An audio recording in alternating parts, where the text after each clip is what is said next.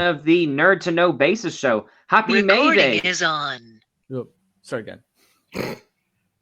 Okay, well, I'll just go again. Please. I can't give that much energy twice. Yeah. All right, here we go. 3, 2.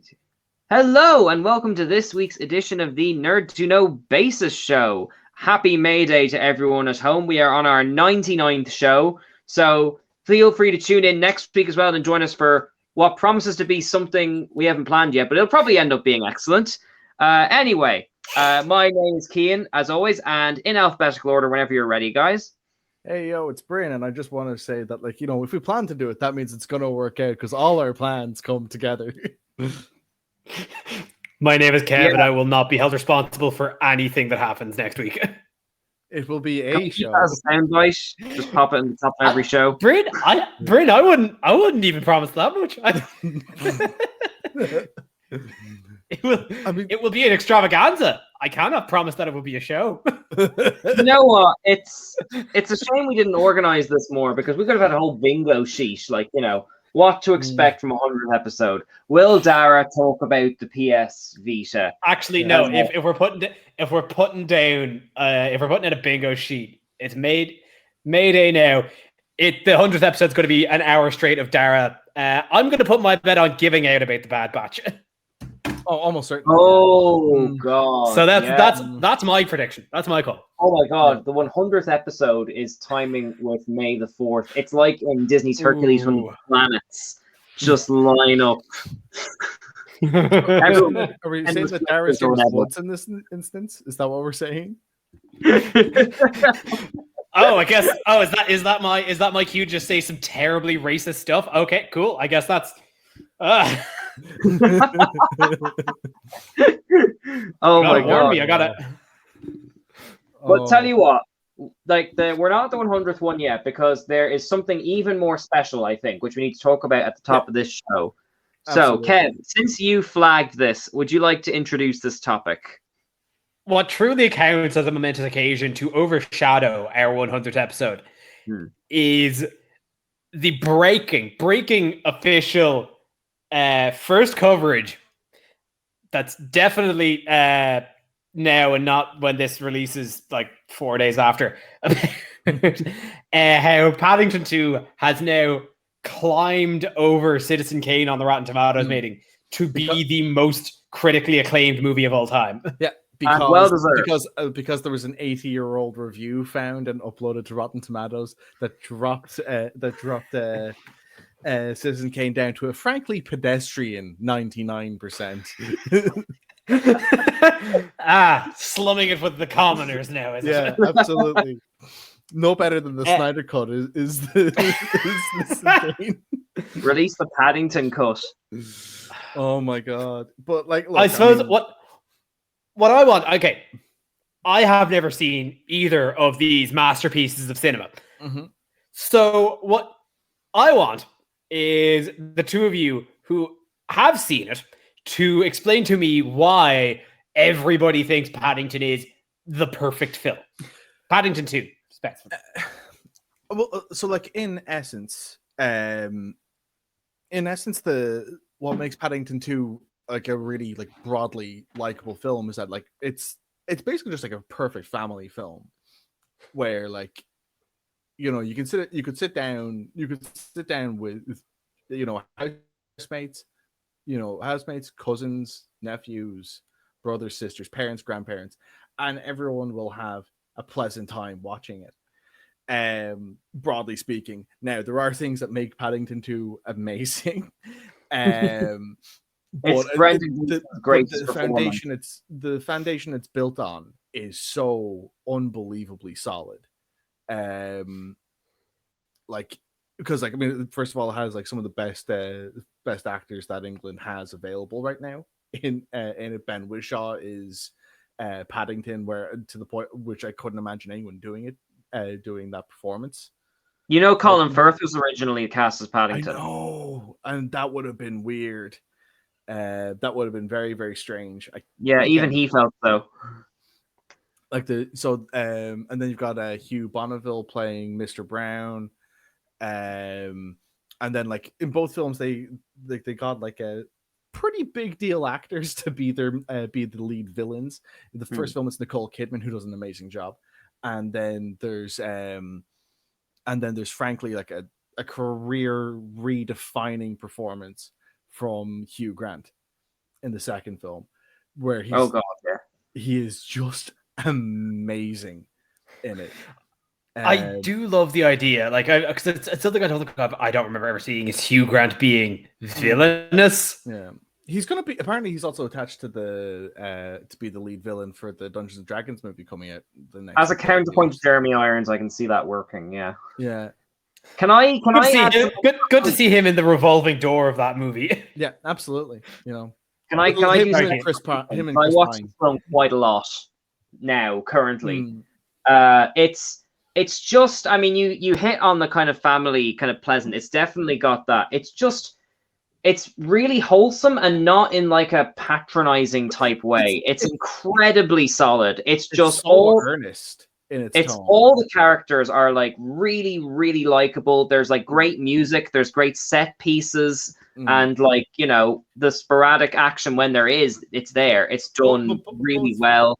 It's just like every single scene is just so sunny and bright, and it's so earnest that like you get the vibe. I mean, obviously it's a film, and these films are to fix and edit and all that kind of stuff, but like you get the vibe that everyone in it really cares about it, and it just shines through. And no one and the edge it has on the first one, as far as the villains go, is there's no real unlikable characters. Everyone is fun to watch and could be someone's favorite character. It's only like an hour and a half, but it's just a really good delight to watch. And I find it hard to nitpick anything about it. Like the only like the major criticism I have about it is that like the story rests on a really faulty premise, because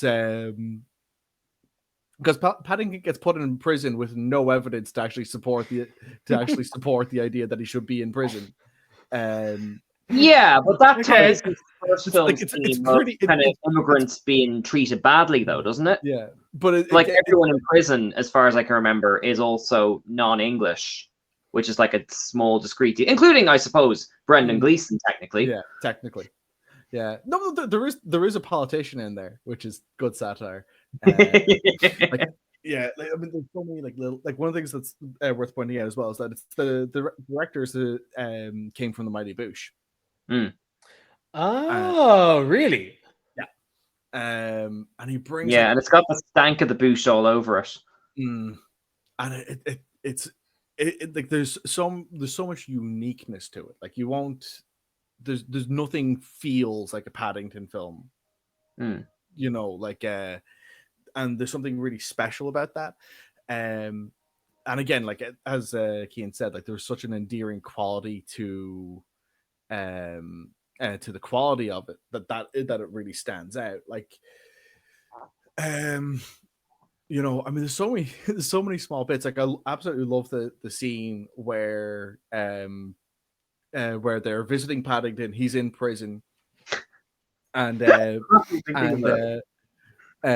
Paddington's like at this point, Paddington, through just how amazing he is as a person, has like managed to turn everyone in prison into being a really nice person, into being really nice people. And like he's introducing them, go, oh, these are all my friends, and he's like, basically, these are all hardened criminals. And he's introducing them to the Brown family, and it just the scene just plays out where there's just not a wasted frame of film in it. It's absolutely it's Edgar Wright levels of perfect framing. This film, like every shot is gorgeous or has like a small joke in it, and like you hit on a good point there, Bryn, which is like, especially in the sequel, but kind of in the first one as well. Everywhere Paddington goes, his just earnestness and trustworthiness of people, like, you know, brings out the best in them. Yeah. Like, you know, and that applies to the people on his street, to like the people he's in prison with, to the villain, to like, you know, like you see the difference when he's taken out of his community, and like how people, and like that's a really subtle, nice message to send out in a kid's film where people are running around in costumes and all that kind of stuff, you know. Yeah, and it's Awesome. fantastic. It's so great. There's a great what it sounds like. Sorry to cut you off, because what's just kind of made a connection in my head, the way like you kind of described as something very, very family friendly, kind of accessible to everyone, and just polished to a mirror sheen where everybody enjoys it and has a good time. It kind of sounds like the Mario Kart of movies. Yes, that's a good comparison. Yeah. That's a really good way of describing it. What I also was going to say is that there's a great video essay by Patrick Willems on it called "Why Paddington is Great and Everyone Should Watch It," and I highly recommend watching that if you need to be further sold on it from what we're saying here. But it's brilliant.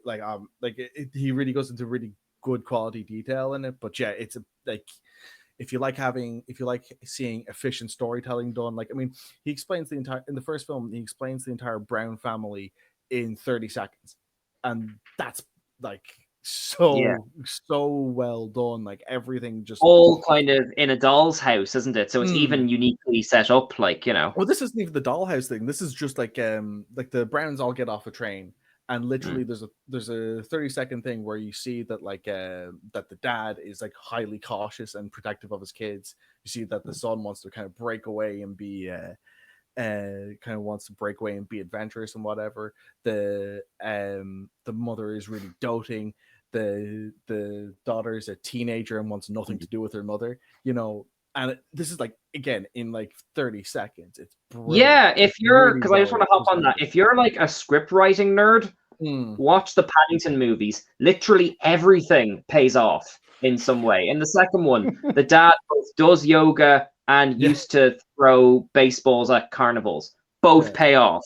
Yeah. Like every little thing set up, even with the supporting characters who are just in one or two scenes, everything pays off. This must have been surgery to write. It's just everything is so you couldn't remove a piece of it. Yeah, it's and have it not be missed. How efficient it is. It's brilliant. It really is. It's really sorry. Really just to quote George Lucas, it's poetry. It rhymes. It mirrors itself. Yeah, it's clockwork. It's it really is great. It's so brilliant. And you really get the sense that they were pulling on all their resources because they must have, because this came out the same year as Shape of Water. They add in a subplot about the Sally Fields character being a swimmer and have a part of the climax pay off in that. Yeah. And I think it's too much of a coincidence for them not to have just added it on the fly. And it still works in a brilliant emotional way.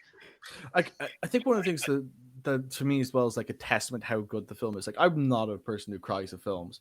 I really struggle to get through the end of Paddington without crying. It's so this is for Paddington 2. It's again, I can think of a couple of films where I've shed a tear through it, but I cannot think of that many films where I've shed a tear through it on my second, third, fourth, or fifth viewing. Yeah, that's. I was gonna hop on there as well. If it's on over Christmas, say Christmas Day, Stephen's Day, whatever, it we'll just watch it twice instinctively. It's just that good. Yeah. Over Christmas we do a triple bill where we do the first film, second film, and then the Sainsbury's ad. There is a TV show, and they do have Ben Whishaw. It's not quite as good, but it is pretty comparable if you're looking for a quick Paddington fix. I might have to. It's got the sense of humor down. It just doesn't have that, because it's animated, it doesn't have that lovely boosh touch. No, that's fair. That not everything can have the boosh touch. Yeah, no, I think it is fair to say that the two of you have definitively sold me on it. And I will seek it out and watch it as soon as possible. I think it's on Netflix, but if it isn't, I'll lend you the DVDs. I'll take you up on that. Yeah, DVD player actually, by the way. Is that an outdated thing? I think one of them may be on all four as well, because I know it was on film 4 not too long ago. Okay. So. And you know what? I could with internet security, maybe I could find it on a Netflix. Not in my country. If only Dara was here, so he could help us find things on the internet. No, I mean, he can only educate you. Dodgy memes. He can only just educate you on it, because again, we would never condone doing anything unless it's for educational purposes, And I think or for privacy and security. Film is considered education. Yeah, absolutely. Well, I mean, they're both films are parables, and why it's always good to be the best version of yourself. So, um, but like that's very much the case with Paddington and how wonderful it is. But yeah, moving on from that, have either of you finished watching Falcon and the Winter Soldier? Oh yeah. Yes, absolutely I have. So before we dive into this, like a falcon. Good parable? No.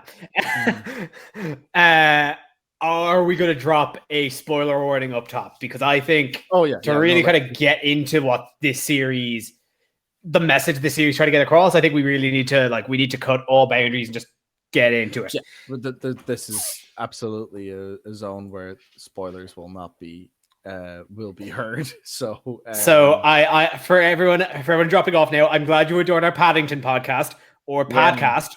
Maybe just go watch 15 minutes of that Baron Zemo dancing for an hour thing on YouTube and come back if you haven't yet. Yeah, no, that's at around the 7-minute mark. That really gets into the racial subtext. Yeah, absolutely. But I suppose with the spoiler warning out of the way, I really enjoyed it. I am surprised at how much I enjoyed it. This, of like the 3 kind of major Disney Plus shows coming out, this was the one that I just didn't feel excited for at all. And going into it, I thought it would be pretty generic kind of action and a lot of kind of, I was expecting a lot of, like with the early movies, a lot of kind of militaristic appraisal. And there's little bits of that, but I was not expecting it. I was caught off guard by what this had to say about just frankly the US's relationship with a lot of things, but namely the people of color. Like Sam's speech at the end is striking. Yeah, simply because it's not a matter of I beat the bad guy, thus the day is saved. It's a matter of like, hey, she was standing for something. You need to ask yourselves why. Yeah. Fix yourselves. Like I up until the 4th episode, I was not in on the show. It wasn't clicking for me.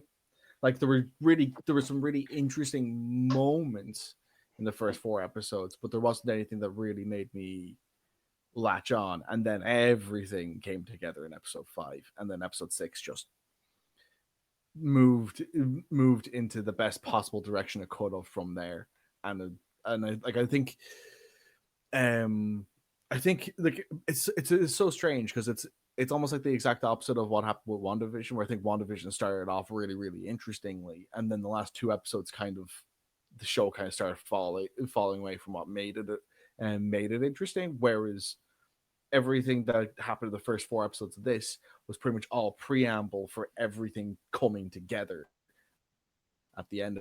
Like, again, there are really interesting ideas in it, but it's not the same thing when it's not the same thing as really latching into the story hook, line, and sinker. And yeah, again, like Sam's speech at the end is brilliant, and there are some like there's so many like moments that you can just pull away from it and go like, oh yeah, that's a really profound idea. That's a really profound thing to think. Oh, like the moment, like I haven't been as shocked watching a Marvel property when John Walker killed that guy with the shield like that. That threw me, and I didn't realize I had that emotional connection to what the shield represented. It was like, oh, this is awful. This is awful. But that's what I loved about it. Like, I actually had a lot of fun doing each write-up because there was lots of, even in the wobblier episodes, there was lots of meat to dig into, like, in the show. Like, I absolutely love how they just take something as mundane as Captain America's shield and tie into, like, the entire modern history of America and, like, the meaning of power. You move Zemo to a slightly more ambivalent side of the board. You move the character who turns out to be the power broker to the other side. Like, it just by episode 4, like as you were kind of alluding to, Bryn, you have all these characters who all stand for different values, including the Wakandan characters, and none of them are 100% wrong. So when they start fighting, you just kind of feel bad for everyone. Like, and that's a really complex emotional thing to get across in like a 6-episode action show. But again, this is one of the things that like stood to the show overall, was that it took its time telling its story. And like, you know, while I would still maintain that things I said from earlier episodes are true, that like there are details that I would have liked there to have been there, like an explanation for why Cap isn't around, an explanation for why there aren't other heroes who should be on the scene not being on the scene. But like aside from that, in terms of what the story they actually told, like they did a really, really strong job of it. Like, I mean, one of the things that I think really stood to it was that when it came time for the show to get downtime, it really, really lent into the strength of it. Like, I mean, the boat building section is just great stuff. Like, it's just great character moments, you know? And I felt like those sequences probably did a better job of what the therapy scene should have done, in my opinion. Like, well, therapy scenes are like super, like we talked about script writing earlier. They're a super basic way of getting across character information. Like Sherlock does it as well in its first episode. So like when you see it, like I commented on it in the review, when she forces them together in episode 2, you're like, why does she want these two together? Why? Because the plot demands it. Yeah. Exactly. Like the episode 2 is the only one I didn't really like. That was a very plot demands it episode. Yeah. But funnily enough, a detail I'm surprised the show didn't pick up on is the shield is made of vibranium, which I am assuming was nicked from Wakanda. And you're building this entire thing out of what the shield represents and all the harm it's done. But that is another detail. There's so many little details, like the destruction of Zemo's home and like, oh God, poor Isaiah Bradley and all this kind of stuff. It's like, I'm glad it ended when it did, but there's so much more to dig into. And considering this is based on the Ed Brubaker run, that's really, really good to be brave enough to kind of offer up that much stuff and trust the viewer to kind of go along with it, you know? Well, I mean, we can only hope that they will explore this further, because they've announced that Anthony Mackie is getting his own standalone Captain America movie now. Yeah. Well, so I kind of hope they get these scriptwriters in to at least advise, or if not, have them be the scriptwriters. Yeah, that'd be nice. Yeah, because I know the guys who did Infinity War and Endgame were the Captain America writers. So I'm not sure if they'd give it back to them or if they'd bring in. I think Malcolm Spellman is the showrunner on Falcon. But yeah, I certainly hope so, because I really I don't think the show's perfect necessarily. I think because of the reshoots, they dive into more than they've got time to kind of digest. But I'll always admire something gutsy like that for trying to take it on. Like you said, like that.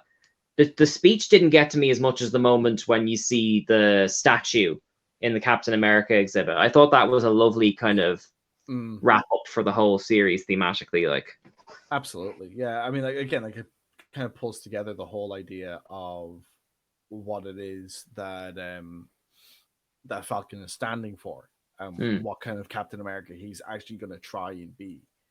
And yeah, like I think like one of the things I think was a major strength of the show was the fact that it only had 6 episodes, because it's the kind of thing that I think if it got stretched out to 8 episodes, I think you would have had more episodes like episode 2, where just would have dipped a bit and pacing would have just been a bit more of an issue.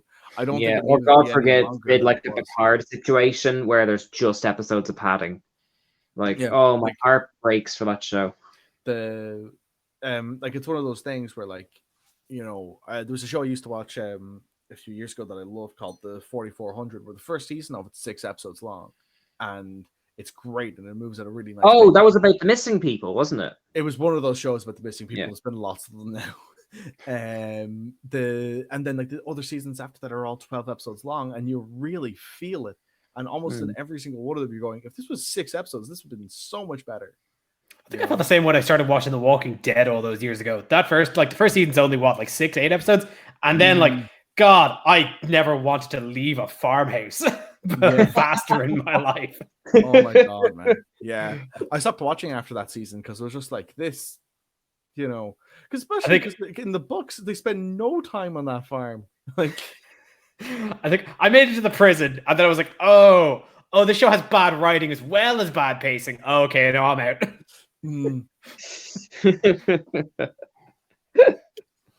We're not talking about that here. No. Yeah. Okay, well then, especially enjoy. Can I? Because it was a much more Falcon-centric show, and I really liked that about it. I was initially worried when in episode 2 they brought the racial stuff in because it felt a bit clumsy.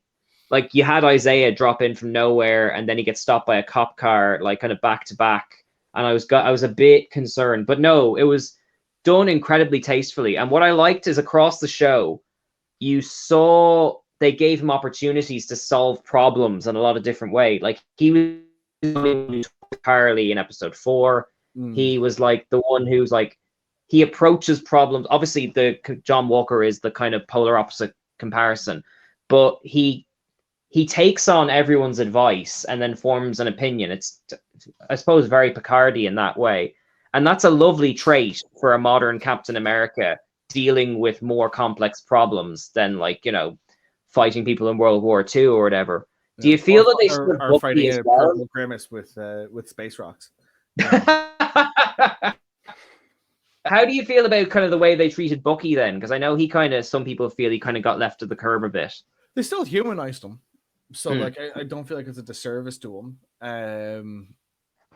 Would be my succinct feeling on it.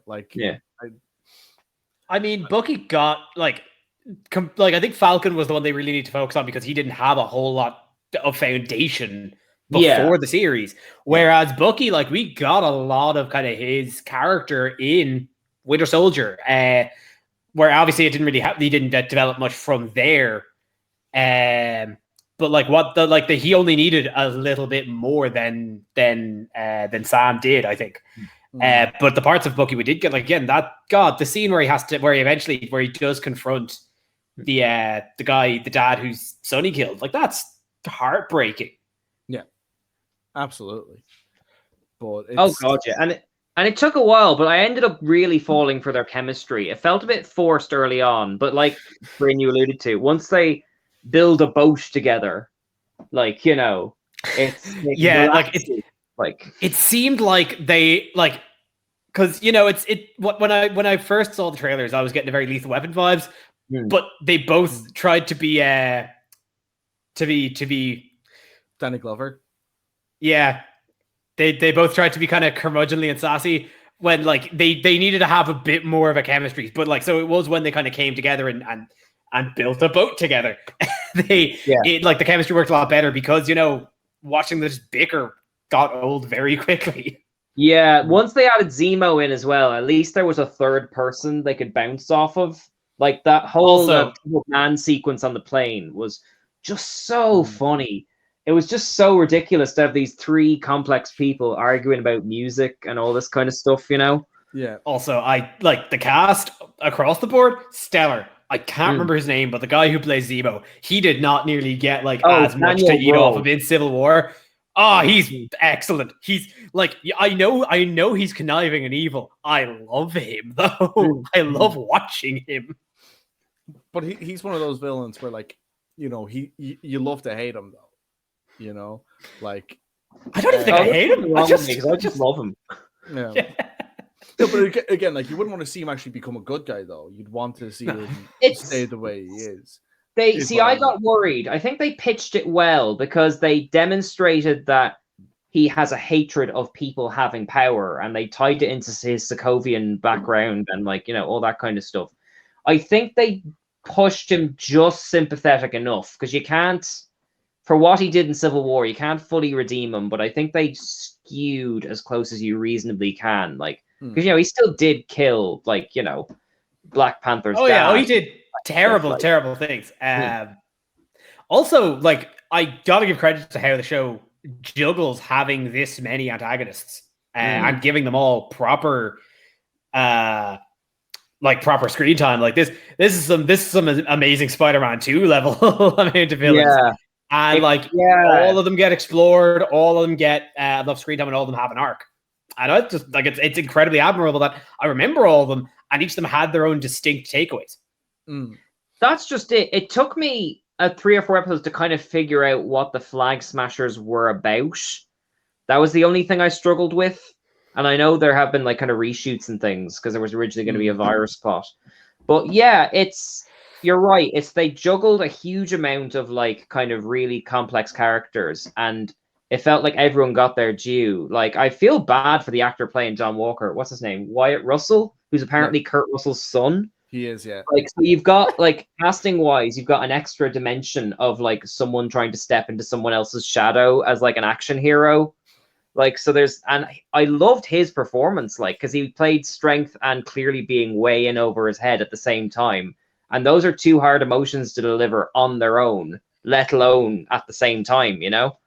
Yeah, I think my only real complaint is I felt like he got off a little too scot-free at the end. Oh god, especially having shown back, like after being court-martialed and like dropped, having shown up in the uniform with a new shield in public, and nobody says anything. Yeah, the last episode is a bit of a mess. I don't mind that too much. I feel like it kind of earned that kind of ending, but like, yeah, I don't know how you're supposed to feel about John Walker. I know he's set up with the Black Widow baddie and everything, like, yeah. But I think you just shrug your shoulders and go Hydra stuff, and like, well, like I fully expect to see him again. That's where we're sitting. Oh yeah, like I said, your woman from Seinfeld is like in the Black Widow movie, which was supposed to be. That's where she's from. That was been bugging me since I watched it. I could not place her. I knew I recognized. It's Julia Dreyfus, I think. Yeah, who does not age, which is a good quality in a Madam Hydra actor. So, absolutely. But yeah, so overall, any other thoughts on the Winter Soldier, the Falcon, and the other Captain America we don't like? I mean, it turned out much better than I thought it would. That's pretty much all I have really to say on it. Just if you guys haven't seen it, I think it was the day after I saw people editing, like, because it was when they released the poster for the Anthony Mackie Captain America. Of him kind of standing side profile, and somebody edited it to be like a Rob Liefeld, so they inflated his chest out. Yeah, I saw that. Mwah. Art. Chef's kiss. So good. This is why we mean, you know. Right, I'm gonna hop off the show if you don't mind. I know you've got important D&D stuff to do, but I've got a baby. Is that all right? That's absolutely fine. All right. Enjoy the rest of the show, you guys and everyone at home. So yeah, the D&D news, and I've forgotten what the podcast was called, but there is a D&D podcast that's going to have Jeff Goldblum play a character for the full season that they're doing. Oh, awesome! Yeah. Do we know what he's playing, or like what character build he's playing, or? Yeah. So the podcast is called Dark Dice, and I'm just trying to see if I can find the quick information on it here. So he's going to be voicing one of 5 player characters, and he will. Oh man, I'm trying to find that information. I'm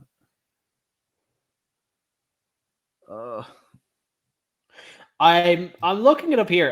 For a start, it sounds, because this is the first I've heard of this podcast. Actually, he's playing an elven sorcerer.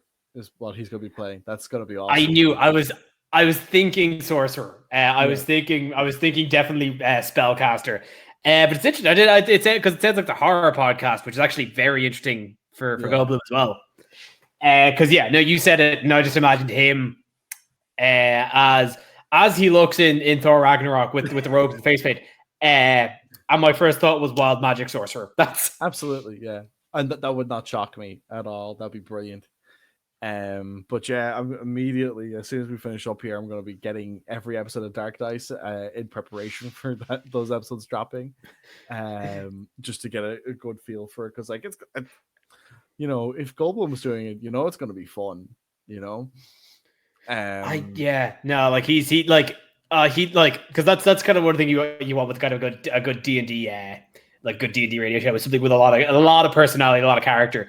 He's going to chew that microphone. Oh, totally. Yeah, like I mean, but I mean, we can see from like from the D&D media that's out there now that, like, you know, there's a certain level of like over the topness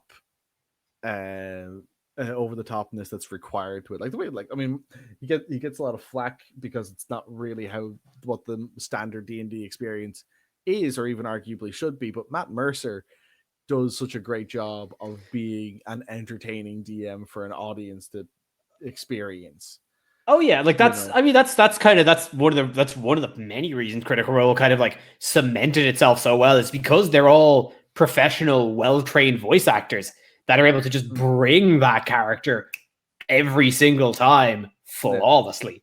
Yeah, and imitatively as well, you know, which also helps. Like, speaking of someone that tries to do character voices on a regular basis, you know, kudos. Like I don't know how they do it, because I'd be sitting there and they'll talk to a character they talked to last week. I'm like, oh geez, what was their voice? We're going New York. Yeah, no, like, what were they, a gnome? Okay.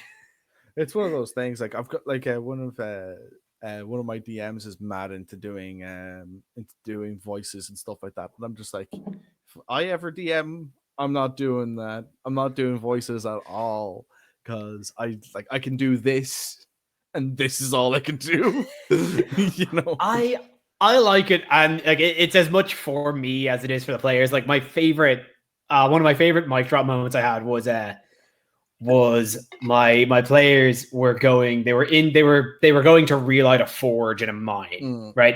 Proper Moria stuff, right? As they were delving deeper and deeper, and they fought a few death dogs, and they entered this big cavern. There was already a giant corpse sitting in the middle of the room, so there was a lot of intrigue, and there was a giant pit to the abyss over to the left. And they were told in advance that the dwarves had built an elevator. And so out of my 7-person party, one of them decided to go over, walk into the elevator, and pull the lever of her own volition. The elevator had one switch, so she descended further into the mountain on her own. Oh, and wow. so I flitted back and forth between scenes for a little bit, really just amping up that suspense. And it was dark, and it was quiet, and you could hear the bubbling slowly of a small magma pool, just little by little. And I had described, and as she walked into the center of the chamber with the magma pool slowly sitting on the top, a large, imposing figure starts reaching and building out of the pool, rising ever higher than you, up to a height of 11 feet tall, and eventually described, it was a salamander, right? It's a massive salamander. And aside from the fact that she thought she was about to try and fight this massive thing on its own, the bubble that burst when I had like built this tension, and he opens his beady eyes and he looks dead at you. He's like, "Hey, what are you doing in my cave?" Outstanding. Just like I went just full like Brooklyn, and just they're like I it's one of the few moments I wished we were doing in person and not digitally, so I could just see everyone's faces. But like, yeah, like I could hear somebody, like people in the back were like, "What the hell?" Oh, brilliant! That's great. Like there's reasons like that. I love character voices. Yeah. Oh no! Again, like it's very much a case of like, for me, I just find that like even playing doing player characters, I find it very, very difficult to just do voices, especially because, like, you know, when we're not doing it over person, doing it this way, and I find it very hard to modulate my voice and be quiet if I'm trying to do a voice, which is a problem when you've got a small child. So this is kind of all I can really do. You know, I rolled a hit with my hammer. No, I can't repeat that. He's asleep. Yeah. like it's especially when one of my characters is Dragonborn. It's quite difficult to do a Dragonborn voice.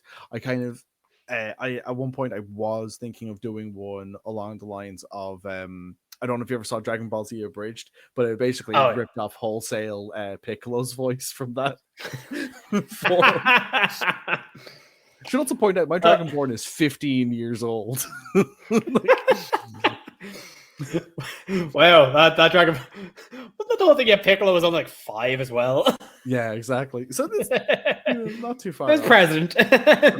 He's a 15-year-old warlock, precocious little scamp. Oh, damn. Yeah, no, that kid poked some bodies in some creeks. I give him that. Yeah, well, no, he's Hexblade. So basically, like, I had him kind of like be a bit of like a history nerd and a dungeon delver. And like really want kind of like, if things went well for him, he realistically would have been a lore master bard, but he then picked up a magic mace because I was just like, I want to have a lightning breathing mace wielding warlock. So as you're right. Absolutely. So it was like, so I went for Hexblade with using the packed weapon be a mace, and it was just like. So he just finds a mace, and then the mace is like, well, if you want to get knowledge and power, I can help you get that stuff. And he's like, oh, it is. Like... the patron is the mace. Oh, I love it when that happens. I adore it when the patron is the weapon. Well, talking weapons. I love. It's not so much that the it's more like the mace is like an antenna for the patron. He doesn't know what the patron is, but okay. But yeah, like, it's like, if you want power and you want knowledge, I can help you get those things. And he's like, oh, that sounds like a good idea. I can't see anything going wrong there. Goes back to his clan. It's like, hey, look what I found. And they're like, you have to leave now. But yeah, no, I definitely kind of on back to voices. Player characters. Like for a DM, you can toss a voice out and then just trash that character as needs be. But yeah, player voices are definitely different. Like one of my flatmates, we played a one shot over New Year's where she played a very kind of grizzled rogue, and she went full like, hey, my name's Murdoch, and she was like, I can't believe why didn't we finish this session in one? I thought we were going to finish this session in one night. I don't want to do this voice again. I hate it. Stop it. Yeah, no, like if start the next session with Murdoch coughing, and then the voice changes at the end of the cough, and away you go. Hi, Murdoch. Murdoch had to go back to his home planet. I'm his brother Burdock with the exact same skills and proficiencies. We're exact twins. Except I didn't smoke all the time. Oh wow, brilliant. Yeah, like I think doing voices is a major challenge, but like, again, like I find that like even without that, you can still find ways to kind of get into the headspace and still work in the psychology of it. Like we just finished up doing a short mission from Saltmarsh, where our DM, as he wanted to do, decided that he's going to throw in an encounter that doesn't exist in the books. Of course, because he found a great markup from one of his Patreon things that he subscribes to. So we got on our way to whatever the island was called. He had us get attacked by a bunch of I think it was like Valkyries, I think, or something like that. And like basically, like, so like we get attacked by them. My character, who was an evocation wizard, got kidnapped and sent and got cast off. And like that's how we ended one session, began the next session. And I was just like, okay, so what's my health situation like? And he's like, oh, you're on like 1 HP. And so I can still do attacks. It's like, cool. I'm gonna cast Shocking Grasp, please. Ooh, excellent. And like there was a point where it's like when the other players came to rescue me, and they got within 120 feet, I cast message to say, I'll send you a signal. Like, then I cast Shatter. Yeah. Bless Shatter. Yeah, Shatter's great. I don't know why it doesn't get more love. My group has a begrudging fear of Shatter because it did kill the party cat, meaning we had to use the one revivification scroll we had. Because we had a cat on us, and the cat has 4 hit points. Yeah, naturally it killed the cat. well, we don't take the cat in danger anymore. When you're in the school of evocation, these fears matter not to you. So, actually, if you will allow me to divulge, I had what I think is a pretty cool player character idea that just dropped on me while I was out walking. Right, so it came to me because I've got a player card concept for a wild magic sorcerer up in knocking around, and I was thinking, just kind of like, do I attached? I'll put that on the board. Absolutely. But I was kind of like, I was thinking about it, and I was like, okay, do I want to be a wild magic sorcerer, or do I maybe want to be the wild magic barbarian that's what is disasters, because that's so cool as well. I was like, both are really cool, but why not? What if I had both? And I thought about this idea of one person manning 2 PCs. The idea I had at least was a wild magic sorcerer, a wild magic barbarian. They're the 2 I was knocking around. I was thinking of a very kind of siblings, odd couple, like a jock and a nerd, like a Hulkamania and a nerd. And I just thought that was a fun dynamic. But obviously, role playing 2 characters would be a very hefty affair. So it'd be really interesting to see those kind of dynamics if you think you'd be up for that. But the intrinsic kind of imbalance that would create in combat, obviously one person having 2 turns on a round, essentially, like that's pretty unfair. So I thought, what if you had just a little bit of randomness in there? So I, the player, would only roll 1 initiative, maybe an average of their decks is like the 2 characters next door, just make sure their decks are the same. Figure that out. And then at the start of my turn, flip a coin.